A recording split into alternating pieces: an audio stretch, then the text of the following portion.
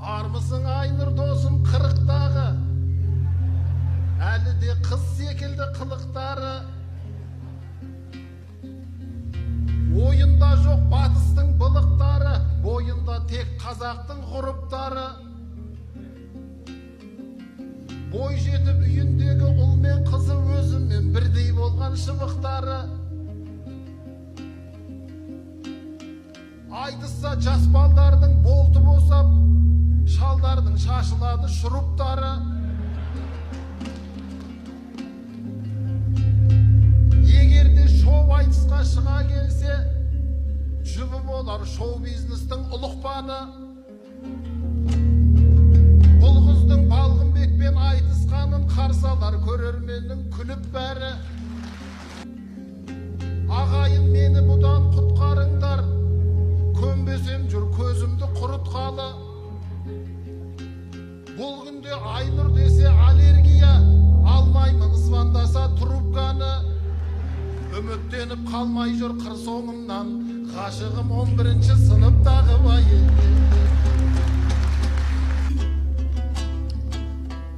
Ұят жоқ екен мынада,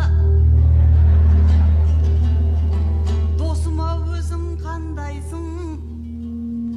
Айнұрға тисе бергенше, домбыраңды алды мен дұрыстап, неге алмайсың?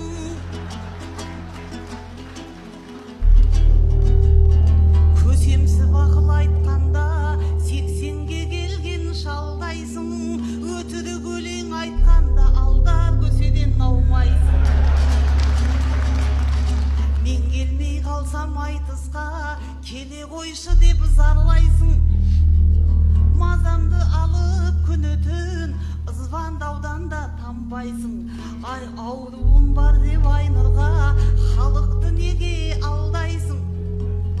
Бәле боп біттің басыма, 25 жыл бойы алыстым, мұны да еске алғайсың. Астана жақта жүрсем де, Атырауға кеп кірсем де, сап-сыйып алып сақалың, соңымнан өзің қалмайсың. Қайнаған мыза ыстықта, саптама еті киіпсің, бұл да бір мода үшін бе?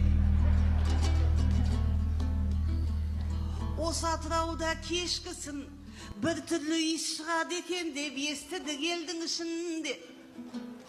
Жайықтың жайсаң ел жұрты, еңсеңді оған түсірме.